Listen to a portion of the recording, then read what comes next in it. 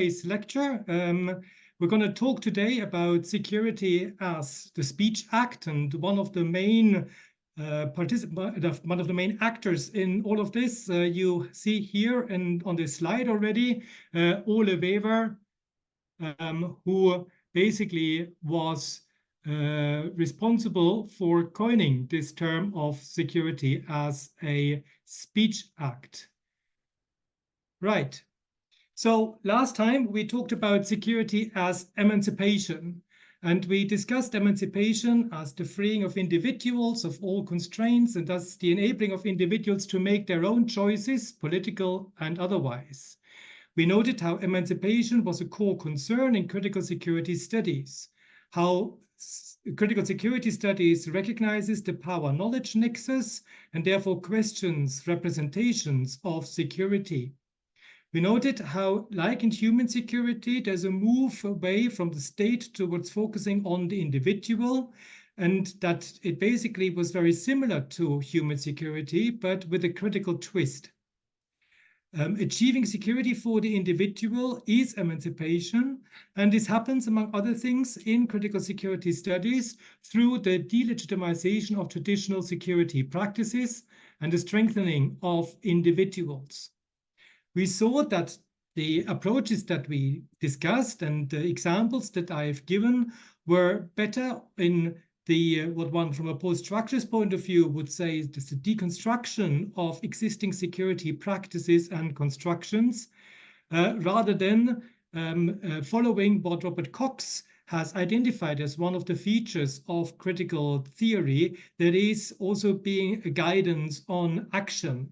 So there we noted that it was a bit weaker and that there was also an unclear relationship with liberalism. We noted how, for instance, David Chandler did his critique where he said, forget about the C in critical security studies because it's very close to what human security actually did and it's part of a larger liberal agenda.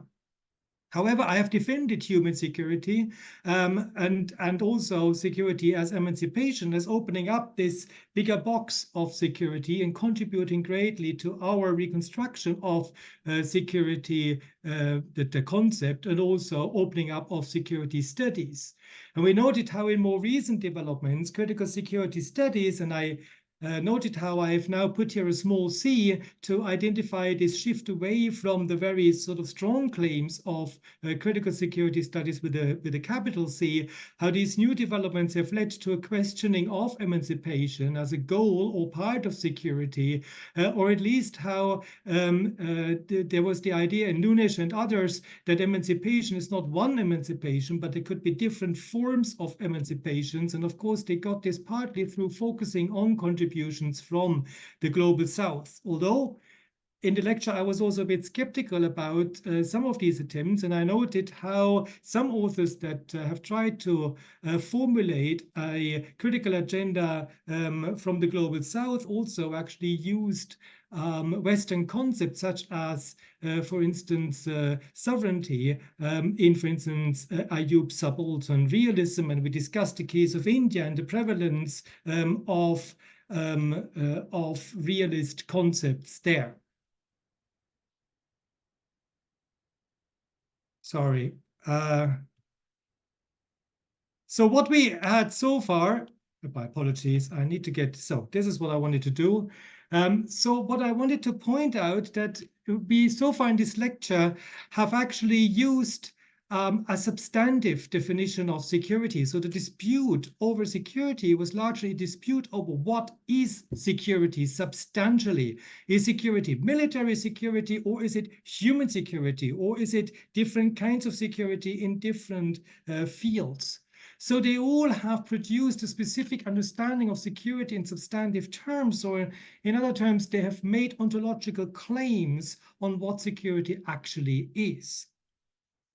Today's discourse of security offers a different understanding of security, and we may have to discuss later to what extent they really get out of the substantive definition, but at least the ambition here is to be agnostic about the real substantive meaning of security and rather look at how security is constructed discursively. So what makes a security object a security object?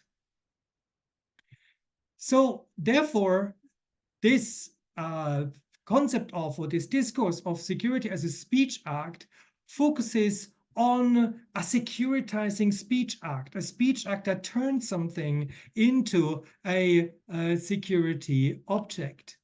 You do not have to utter the word security for that, but you need to follow specific rules so that something is turned into a security issue. So as such, the idea today is that security is actually flexible. Everything could be security, but what's more interesting is how is something constructed as a security object and with what consequences. And therefore, I call this a formal discursive rather than a substantive definition of security. And this is largely associated with the so-called Copenhagen School in Security Studies, and in particular with the work of Ole Wever, the guy we've just seen. So thus today's questions are, to what extent can we see security as a speech act? What are the effects of securitization, and how can we distinguish it, if at all, from politicization? Is security really only a speech act, or is there something else than speech that has to come in addition to that? Or is it perhaps reducing the notion of security too much if we look only at the speech act, the performance of the speech act and its locutionary and illocutionary and perlocutionary consequences? Who can speak security? Who can perform that speech act? And to whom? Who are the audiences? What is the risk of analyzing these processes, which are meant to be, which was meant to be a critical exercise? And in that context, we've got to perhaps revisit, is the Copenhagen School emancipatory? So is it critical? And you will see that my claim is it is, in a perhaps different way from critical security studies and security as emancipation. But, if you saw the ways in which emancipation was weakened in the newer forms of security as emancipation, then perhaps we can also see the Copenhagen School as freeing up that space to think about new forms of security that provide individuals with their freedoms. Or is it, as some critics have claimed, inherently conservative? And on Ilias, you will find a whole set of the documentation on a charge that was leveled on Buzan and Wever a couple of years ago, that they would even be racist. Can one apply the concept of securitization in non-democracies? That's another question. Is there sort of an ideal that is underlying this theory and the theorization of the consequences? So let me start by identifying the core of this argument. And the core of the argument is that security is a speech act. Security is a representation of something or someone as, and there are three elements of this definition now. So this is very important that you remember those three core ingredients, if you will, of security as a speech act. This speech act needs to relate to or invoke an existential threat. This existential threat needs to refer to a referent object. So there are constantly people coming in. To a referent object. And this invocation of an existential threat to a referent object then is justifying extraordinary means. So there's a lot of debate about what this would mean, extraordinary means. And my take on this is that extraordinary means are means that would otherwise not be considered legitimate.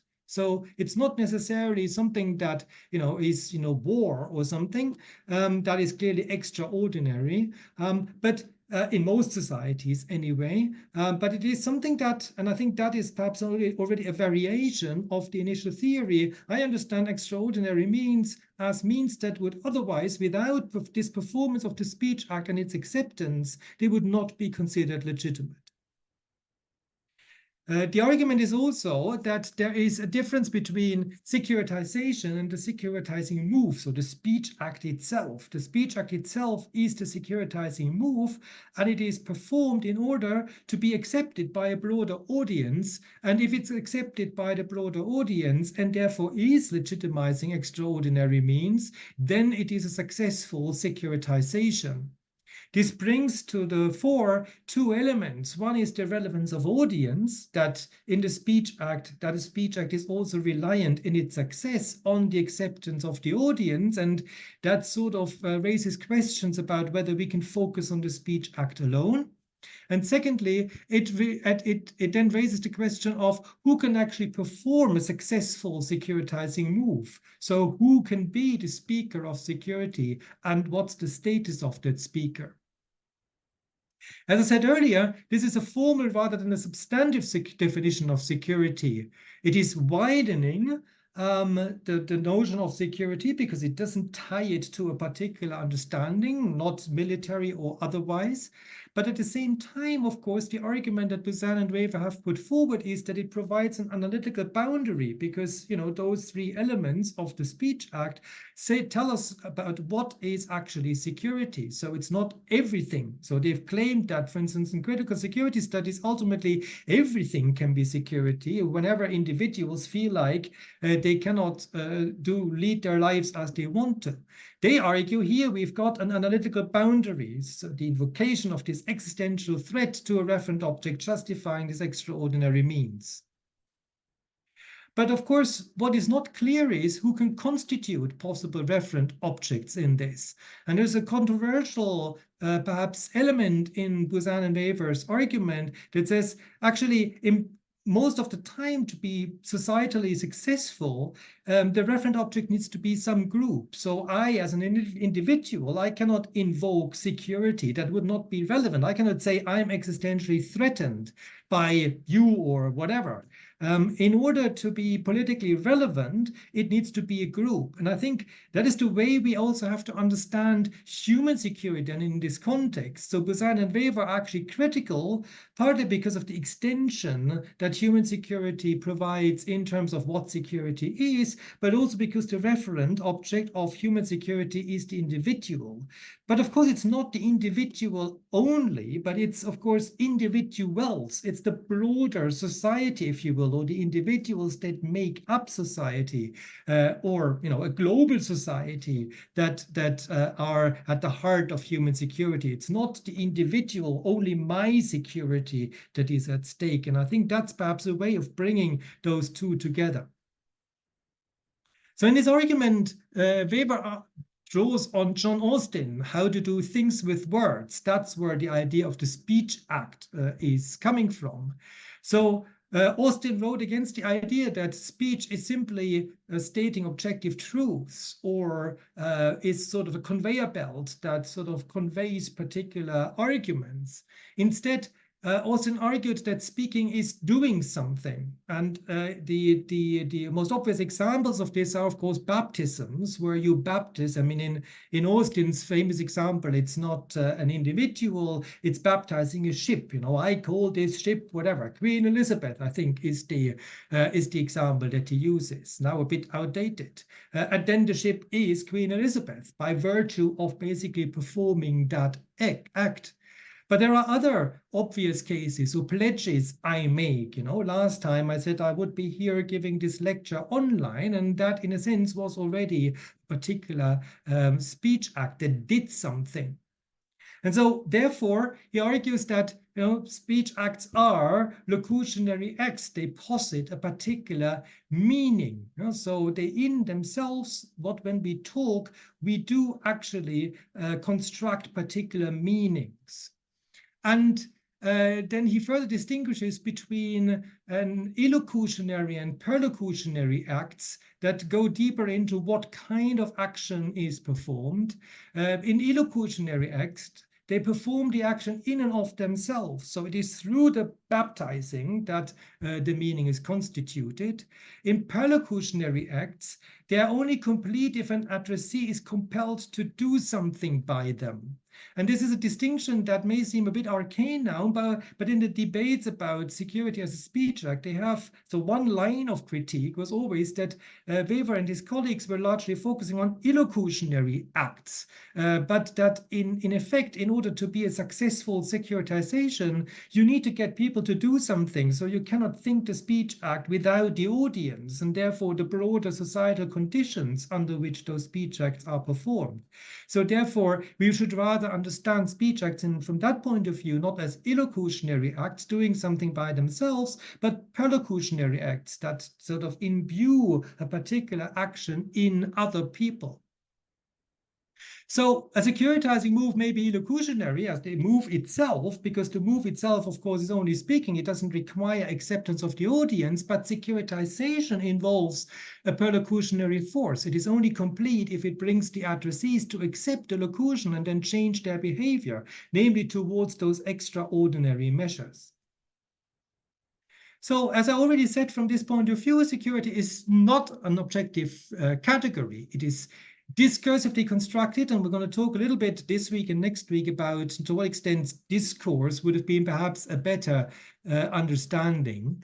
But it's, discursively constructed in speech acts that follow particular rules. It is not an unproblematic good, and desecuritization is desirable. So I think that's, when we talk about the implications of securitization, that's one of the important messages. Whereas for all the others so far, including human security and critical security, security was a good thing. You only had to get it right.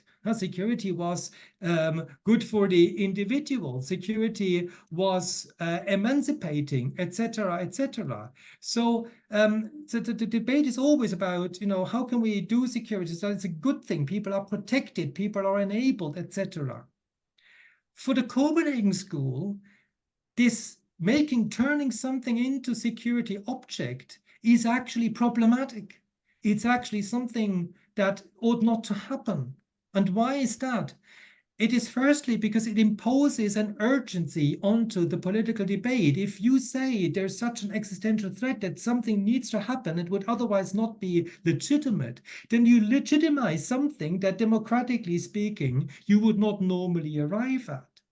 So it moves an issue out of what Buzan and Weber call normal politics. So this is sort of the emergency mode. There's the emergency rule that governs security. It legitimizes these policies that would otherwise not be legitimate. It therefore marginalizes and excludes those who think differently. And it engages in extreme forms of othering and constructs enemy images in the process of invoking this existential threat. And all of these things are, of course, classically in democratic theory or in political IR, broadly speaking, in political science, have been viewed as problematic. So from that point of view, it's not securitization, it's desecuritization, taking something out of security and talking about it in terms of politics. That is the idea that Weber would propose. Now, how does he get to that kind of argument? And I just want to talk about three different antecedents that we could invoke. One of them is Weber's own experience growing up in the 1980s about a debate in terms of the NATO double-track decision and the stationing of Pershing cruise missiles. And I'm not going to bore you with the historical details, but the problem was that at the time there were lots of demonstrations against that policy, but they were basically ridiculed. They were told that, this is not a legitimate position. So why don't you go then to the Soviet Union? And so one of the questions that I think from his own political experience was, how is it possible that legitimate political positions are constructed as an assault on national security? And therefore, how can we bring them back to the political debate, even if, politically speaking, we disagree with them, possibly? The second precursor to this formulation, I see in IR theory's development in the 1980s, in particular in post-structuralism. And here there's a tension, of course, between Austin that Weber largely draws on and certain features in the argument that are coming from post-structuralism, and where I would say that they're actually much stronger than the Austinian part. Ole would probably disagree. So what is it in post-structuralism that relates to securitization? One is, of course, the discursive construction of reality, and the focus on text, and speech is one kind of text. Now, there's a question about that we have to get into next week, to what extent, discourse is only text, and we're going to visit some of the arguments already later. But, in the focus on speech, this is very close to some of the traditional sort of ways in pursuing a discourse analysis. Secondly, there's the argument that meaning in text or in discourse is constructed predominantly through difference. And this is very important. We will get back to this, because my argument will be that the referent object in the securitizing move is not a given, but is actually constructed in that very moment. It's one of the locutions that the Speech Act makes, is that it identifies a particular referent object and therefore constructs it. And I think that's something that critics have often poorly understood. Thirdly, the difference is not stable as in structuralism, but there's always a rearticulation. So rearticulations will always construct a difference differently, if you will. And so the securitization requires the constant reproduction through securitizing moves. This difference, as you know from the works of Ashley and others, which I'm sure you've come across, is often binary. It's the self versus the other. It's the inside versus the outside. It's order versus anarchy. And the other constitutes, therefore, the self. It's not separate. Outside constitutes inside. Anarchy constitutes order. And therefore, these binaries are value-laden. And they often, therefore, invoke threats. The other is the threat to the self. The outside is a threat to the inside. Anarchy is a threat to order. Identity requires difference, and difference is a threat to identity. And therefore, what I would argue is that securitization is basically, or the securitizing move is actually nothing else than one form of othering.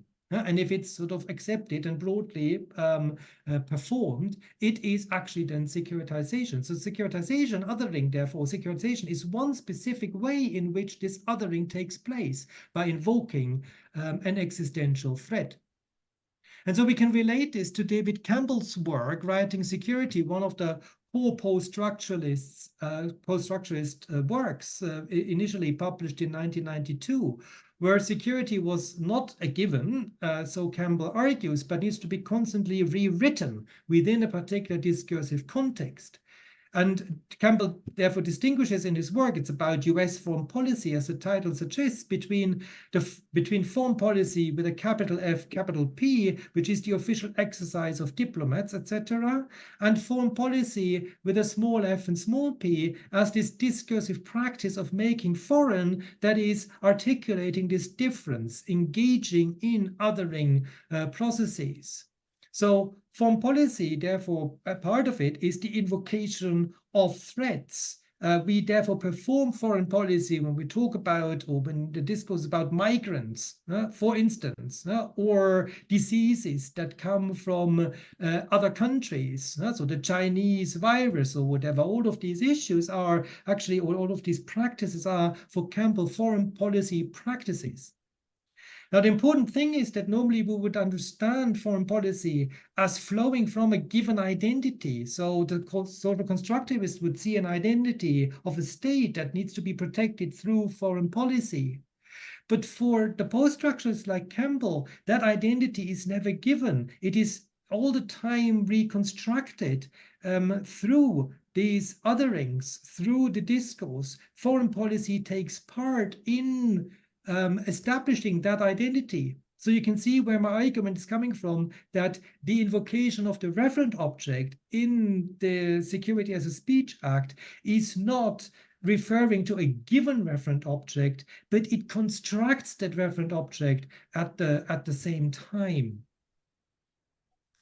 So what are the consequences, therefore, for securitization? One of the consequences is that the speech act metaphor is perhaps problematic, that much more central is this attribution of the meaning of security, which happens discursively. And of course, a discourse is made up of these different, what Laclau and Mouffe would call articulations, so of different speech acts, if you will.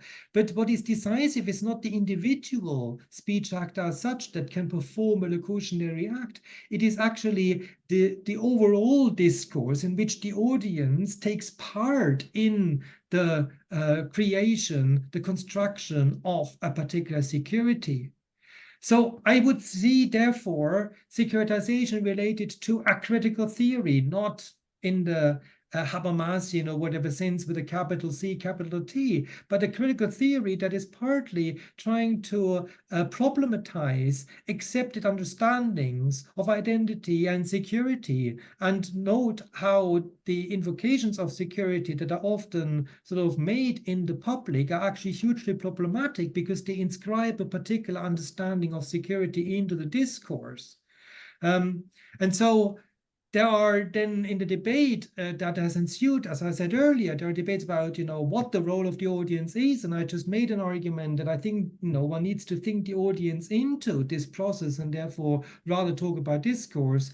Another one that we sort of already touched upon is the question of to what extent this normal politics is actually a liberal democracy. And there's a lot of debates about whether, I always called Ole a kind of a closet Habermasian, because he would not relate to Habermas in his work, but that his idea of what democracy would look like is actually a very Habermasian form of democracy. He would deny that, but that's the kind of debates, of course, that you have. And then the question is, of course, that we're going to discuss later, to what extent can we use securitization to study political processes out of the democratic institutional context?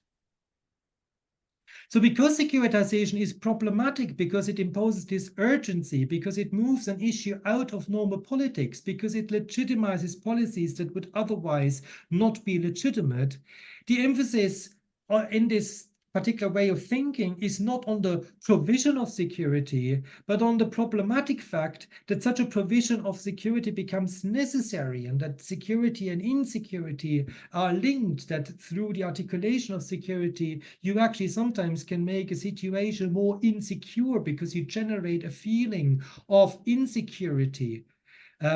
And therefore, for all these reasons, Weber in an article 1998 once said that the ideal would be asecurity, a situation in which security would not play a role, in which we would freely engage. That is why I think he's a closet Habermasian, because then we would engage freely in discourse in a Habermasian sense. So the political goal, therefore, is desecuritization, moving representation of an issue away from the existential threat and away from urgent measures. And of course, the consequence, therefore, would be that we are less sure about our own identities, because strict identities require these hard boundaries.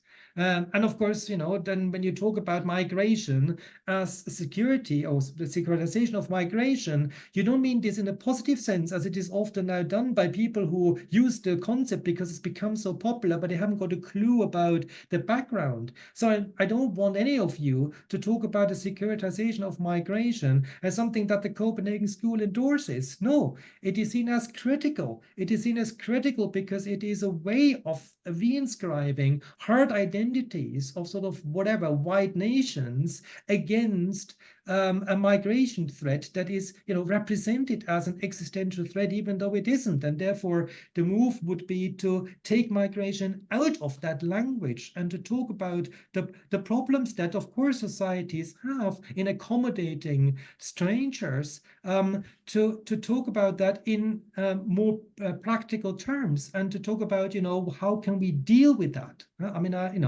It's a bit like the Merkelian, we can do that, of course, and there are downsides to that, no doubt, but I mean, that's sort of the idea that one would pursue here. Hansen, in her arguments, distinguish between different ways of desecuritizing. One would be to stabilize an existing securitization so that it's no longer visible, but that's, of course, not what Wever and others had in mind. Others is replacement of securitization through politics, basically, rearticulating the threat in less extreme ways. And there's also desecuritization through silencing. And that's, of course, also problematic because there may be, as we will talk about later, legitimate security concerns that are basically just ignored. I mean, then you desecuritize, but you don't actually take legitimate concerns seriously. So we see here that in contrast to securities emancipation, Securities Speech Act has a tendency to look more at group reference. So that's one of the distinguishing features. It does cover all sectors, but in contrast to securities emancipation, also human security, it now doesn't focus on the daily threats of not having water or whatever, but it focuses on existential, extraordinary threat representations. Also, those threats are not given. It focuses on the threat representations. Many have used this as problematizing those representations, but I should say that also one of the usages was to basically map in the securitizations. So if you want to see, for instance, whether a conflict intensifies or not, you could actually look at the degree to which a certain society is dominated by interactions that are securitizing moves. Now, you could even quantify that if you wanted. So there are also ways in doing this in a more neutral way, and one of these we will see in a moment. It is not universal, so these performances of security are always contextual, and it's critical, but it's sort of not critical in the same way as emancipation, because it looks at this constitutive nature of talking security. So there have been a lot of uses of this concept, and you could fill whole libraries with this now. One of them was Buzan and Wever's idea that apart from sort of the concrete securitization in a specific setting, there could be macro securitizations that dominate the security debate. So they argued at some point that terrorism, for instance, would be one of these macro securitizations that could possibly replace what used to be the Cold War and the security interaction between East and West.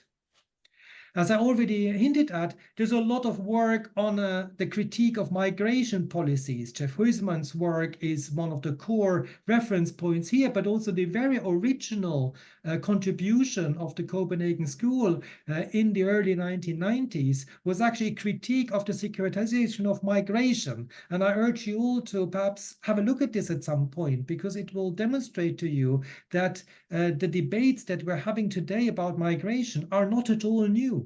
I mean, I find this sometimes very disturbing that the ways in which we talk about these debates is as if migration and the ways in which we react to migration was a challenge now since 2015, or perhaps even later than that. And that's a form of presentism that I find really disconcerting. In the beginning of the 1990s, you had very similar debates and had very similar problems, the reinscription of a particular Danish, German, or whatever identity. So that was what Wever and colleagues actually did in the early 1990s. As I said earlier, you could measure conflict development. Paul Rowe has used securitization to look at ethnic conflict. You could look at the legitimization of particular policies. So a former PhD student of mine, Atsuko Higashino, did a study on how there was the securitization of fascism and nationalism in EU enlargement, and that was the driving force of legitimizing EU enlargement. Rita Abrahamson has looked at the ways in which so-called humanitarian interventions had been legitimized through securitization. Then a lot of studies, including my own work, has looked at the environment, environmental securitization. Rita Floyd is a standard reference here. Also, Stefan Elbe, the securitization of AIDS. And both of them have argued that there are also positive aspects to securitization, because in those fields, without securitization, nothing would be done. Another thing that Buzan and Weber themselves did was the mapping of so-called regional security complexes. I mean, in this case, again, it is not at all critical, but simply used as a technique, if you will, to map security interactions. And then finally, I've already referred to environment, but climate change is, of course, a subset. And Matt McDonald's work and our own work here in Tübingen are part of that. Let me very briefly talk about regional security complexes and the way in which Buzan and Weber have used this concept of securitization in this more neutral, descriptive way. And the reference point here is Buzan's original work of 1983, People, States, and Fear, which already sort of laid out the idea of security complexes, that security wasn't only the Cold War on the global level, that you would have to look at regions. That was Buzan's initial argument, together with the expansion of security in other domains than the military. And what they did then later in the work together, Buzan and Weber, in 1998 in a book called Regions and Powers. I mean, I actually think one of their weaker books, which was heavily criticized also by people who would normally align with the Copenhagen School like myself. They would argue that, you could actually that you could map these security interactions, and then you would see that there would be areas where there was greater density that would be regionally. So distance matters. The further away you are, the less there is this security interaction.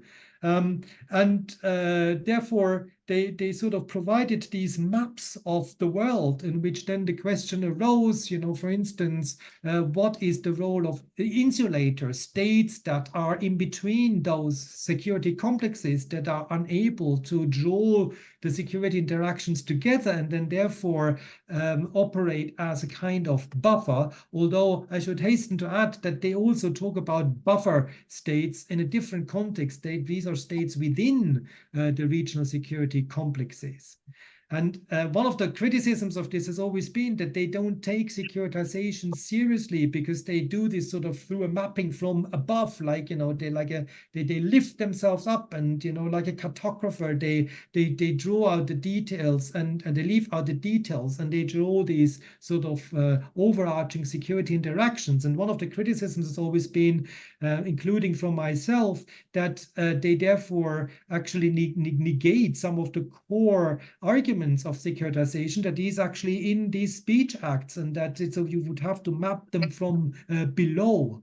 And a more recent book by Jacobsen, Gard, and Weber actually makes a similar argument related to the Arctic. Here you can see from the 2000 and from the 1998 book, actually it should be, so it is not 1998, it is 2003. You can see the map that they draw of security complexes. So there's a lot of debates about this, and I've already touched upon quite a few of them. Here's a long list already. Is security only a speech act? What counts as an extraordinary measure? Where is the border between politics and security? Who can speak security and to whom? What is the risk of analyzing securitization? Is the Copenhagen School emancipatory or inherently conservative? Can one apply this in non-democracy? Some of these questions we already raised. And I just want to briefly go into these questions. Someone is not muted. Can you make sure, everyone, that you are muted, please? So the first question that I want to address is it only a speech act? I've already said that in the Copenhagen School, Weber would, until today, would actually be very strong about the argument that you have to locate this in speech acts. And there's a bit of a Schmittian decisionist conception of politics in this, where, at the moment you decide, the moment the speech act is a moment of decision between security and politics. And that has been heavily criticized.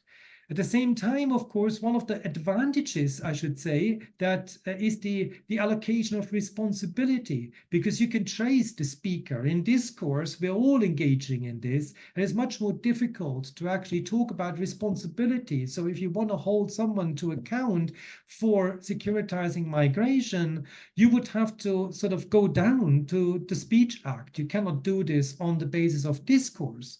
But at the same time, of course, there are questions about, to what extent those that are socialized into a particular way of thinking are in the same way responsible as the individual. So there are these questions around responsibility that are facilitated, of course, if you look at security as a speech act.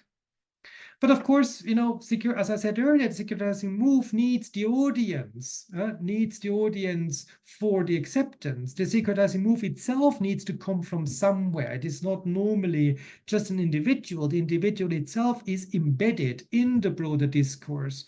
So we may rather think about this as a broader kind of setting in which, there are processes of securitization in which we all take part, and not only as the speaker, but also by our acceptance and then the reproduction of securitization.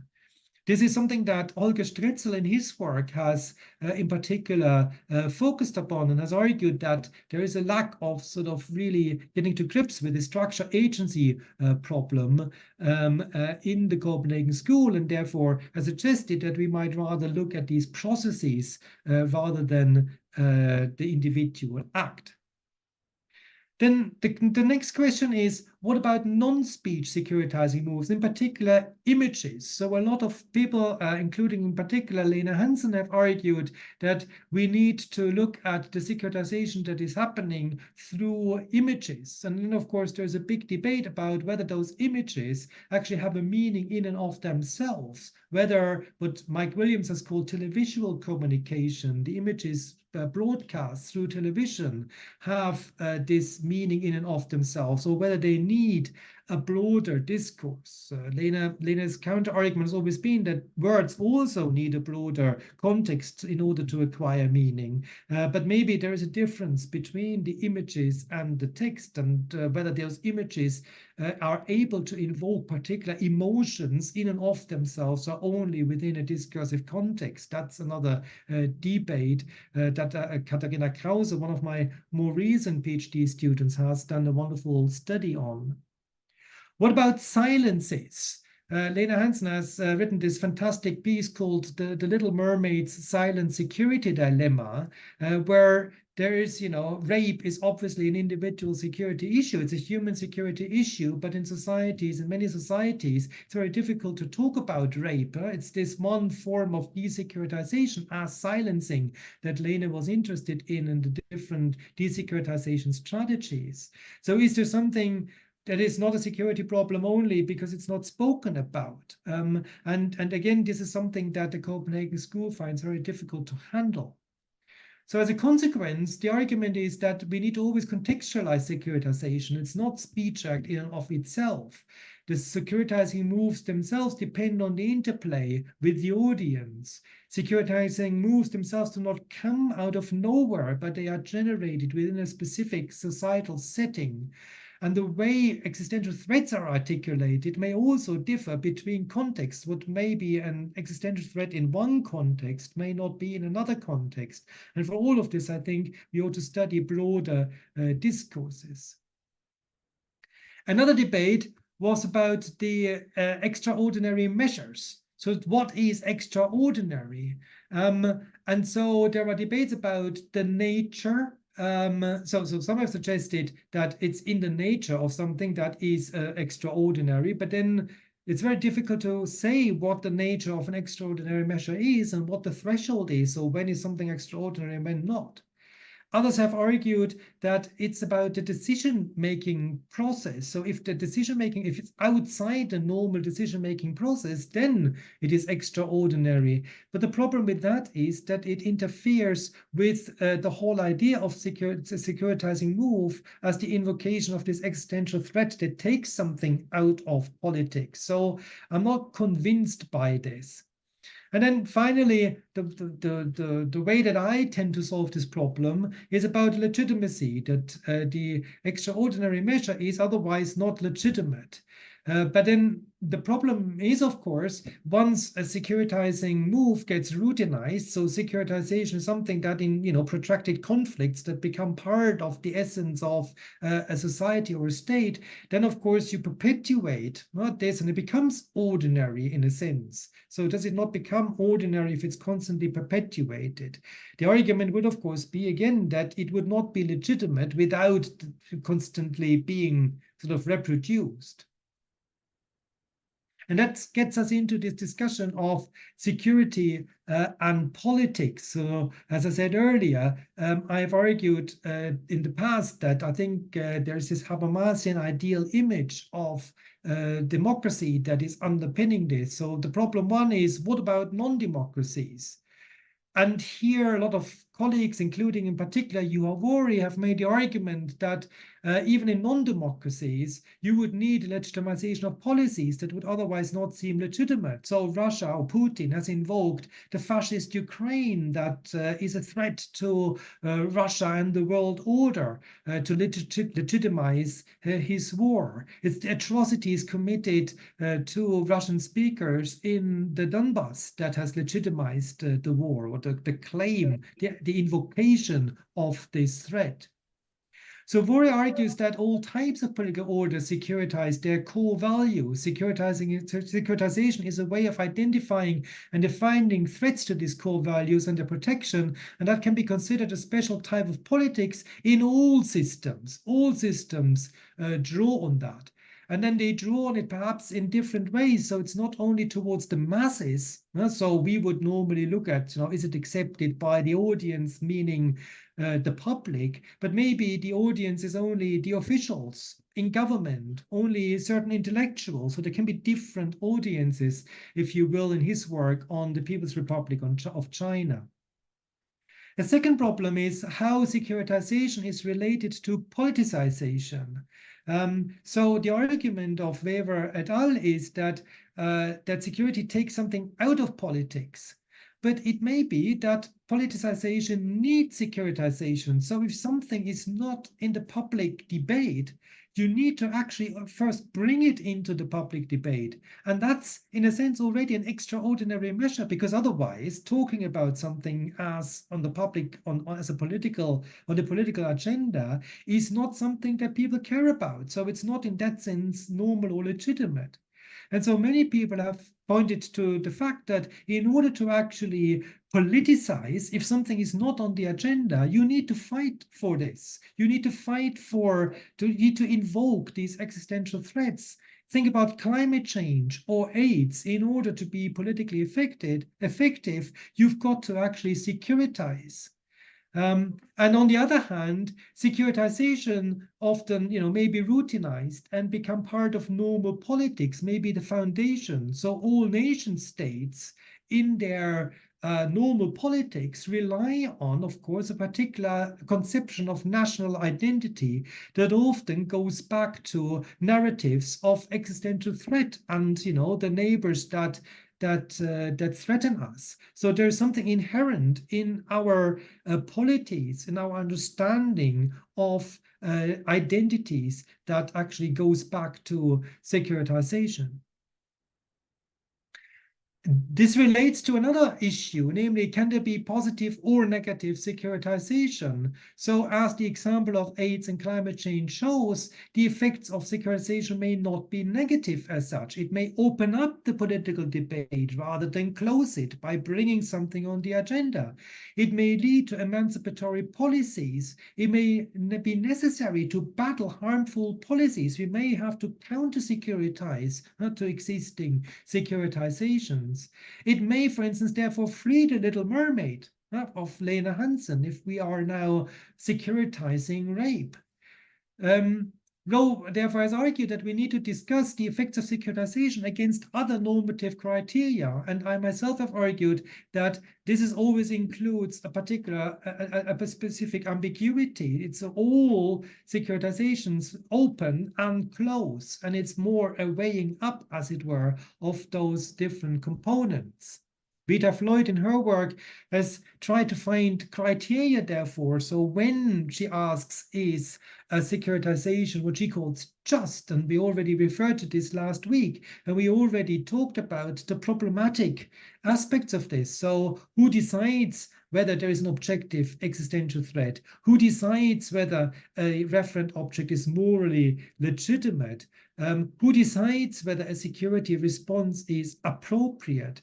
So there are all sorts of questions about this attempt to distinguish between positive and negative securitizations. And in fact, I would say that her approach undermines to some extent the whole idea of securitization, because of course the whole idea is that it's not about the objectivity of an existential threat, it's about the invocation of that. Another aspect in this regard is that the Copenhagen School assumes a dichotomy between the sphere of politics and the sphere of security, but there may be variations within securitization. So the problem of what makes an emergency measure, an extraordinary measure, extraordinary already relates to the possibility that there may be sort of different degrees of extraordinariness, if you will. So in this context, a particular debate has over the past 10 years or so been about what the difference is between security and risk, and is risk invoking different kinds of threats and therefore legitimizing different emergency measures. For instance, in relation to climate change, where we know because of the long-term nature of climate change and the unclear consequences, it's more a matter of risk rather than a concrete threat that happens sort of tomorrow or is in danger of happening tomorrow. So there may be different, ways or different grades or different frames of securitization. And this can perhaps capture varieties of securitization processes, as I've argued together with my colleague Franz von Luckert, that, in climate change, when we talk about securitization of climate change, Busan and Weber once argued that they don't see that this has been successfully securitized, but it depends a little bit on how you define the threshold of securitization, and you might be better off saying that there are varieties of securitizing. But then, of course, that widens the concept again, so that from Busan and Weber's view, it actually loses the distinctive features that would sort of bind the analytical frame. So here's an example that we used in earlier work in mapping conflicts about, different gradations of securitization. Sorry, I need to. So who can speak security to whom is another issue. A lot of the works are focused on politicians, and therefore a lot of critics have said, oh, this is only, for reifying the state and state's person. But that's actually not so clear to me. I mean, I think the Copenhagen School is principally open, and then the question is, in particular settings, who has more authority to speak, and that in turn depends on the public. So who is the public giving authority to speak? Is it the academic or is it the journalist? I mean, you will note that journalists very often invite professors, and the professors often have, not more knowledge than you and me about things, but because they are professors, they have an authority to speak, and they are more trusted than, I don't know, if you went on the streets of Tübingen and just took someone and asked the same question, even though the answer to that question by that person may have been completely identical. So, and then there's also this problem of the simplified notion of speaker and audience that we already discussed, that we need to integrate the audience into our analysis. I'll skip, I think, the next point.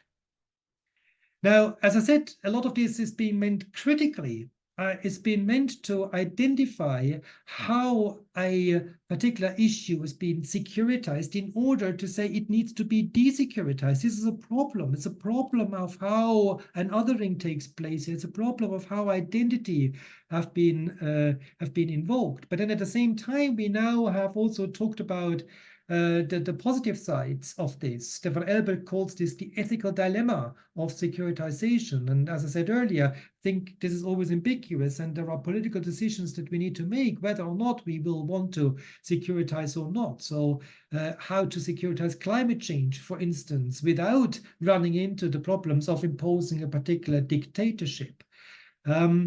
But the problem that Huysmans has particularly pointed to in relation to migration is if we highlight those processes of securitization, are you not reinforcing this whole process by giving it particular attention, by focusing on it, perhaps even providing a tool, making clear to those who want to advocate racist policies how they can actually securitize? So are you taking part in this broader discourse? Are you not also legitimizing, even you mean it critically, an infiltration of, say, the military to our daily lives by sort of focusing on how something is moved into security speak, and therefore, you give a guide also to the militaries to say, okay, all right, if we securitize, then, we can actually do something about this.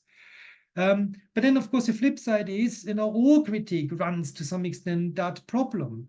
All of the critique is, Foucauldians will notice that if you articulate a critique, you also, of course, at the same time, reify that what you want to criticize.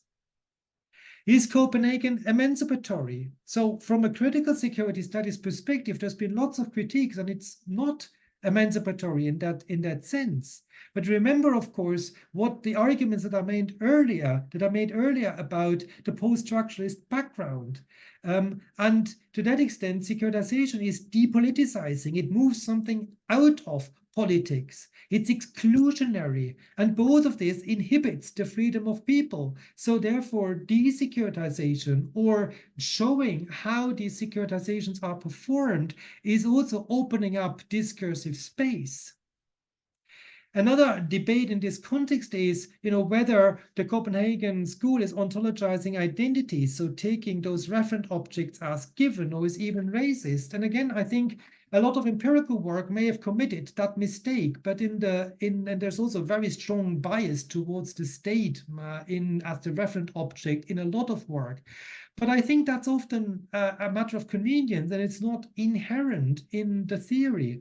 I would argue that what those critics have really underestimated is, in the theory, how much sort of it draws on questions of othering, and that the referent object is constituted in the moment of the articulation.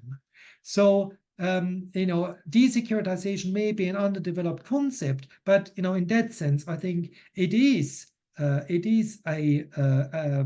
case of, if you will, emancipatory politics. Now, a lot of debate has, of course, been in relation to COVID-19 as a clear case of securitization. And then the question is why this was successful. And it was successful, of course, because it could be construed as an immediate existential threat, these pictures. And see, I also made reference to pictures, but the pictures of, coming out of Bergamo with, the piles of dead people. I mean, that sort of had an effect on and could be allowed this threat to be articulated. Also, this was happened then by authoritative locutors, the ministers plus scientists. And then there were therefore clear emergency measures. Core liberties were removed. There was a lockdown in the face of economic meltdown. And of course, there were all sorts of debates then, and still are, about the necessity of this. But you can sense the ambiguity. So I think, we need to be clear about that a lot of the policies were also helpful and could not have been done without the securitization.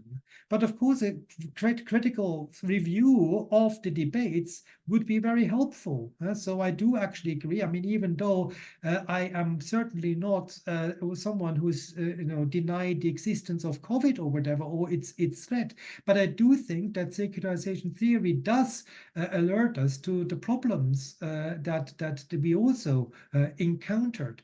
And of course, a comparison to climate change is very instructive, because climate change is existential, but it's not immediate. And we lack sort of these pictures that sort of were, that would really immediately threaten us. And yes, the storms and, the rainfall of the past days, it does actually threaten us. But of course, we always hope that we are not affected. I mean, we could even live next door, but we know, okay, we live higher, so we are not affected by the river swelling, etc. So that makes it much more difficult to successfully securitize climate change. As I said earlier, I mean, there's lots of studies about, the normative ambiguity that, you can establish measures and at the same time you exclude, and sort of, it's a fine line that needs to be walked. Kirk and MacDonald wrote a piece about claiming that in New Zealand it was possible to securitize without the same exclusions. But I just recently came across a study that actually looked at the protests in New Zealand as well. So it seems that even there, people took a very different view. Here's a piece that a commentary I once wrote for a previous project about Corona and climate change in comparison. So in summary, I mean, I could go on and on and on, and there's a lot of stuff out there that we could go into. But I think the essence is that we've seen now today securitization, see security as a discursively constructed phenomenon. And, I would use it, I would use discourse rather than speech act, but the discourse of security as speech act in the Weberian notion is focusing on those speech acts. We identified those speech acts as the representation of an existential threat to a referent object that is constructed at that very moment, legitimizing extraordinary policy measures. I argue that this provides a formal rather than a substantive definition of security, that it builds on post-structuralist work, and therefore that's a critical edge that I see in that, and that it sees security as a problem, not as a virtue. But however, as we've now discussed for the past half hour, there's a lot of criticism and there's contestation about the political implication, its conceptual precision, and how, for instance, we relate politics to security, etc.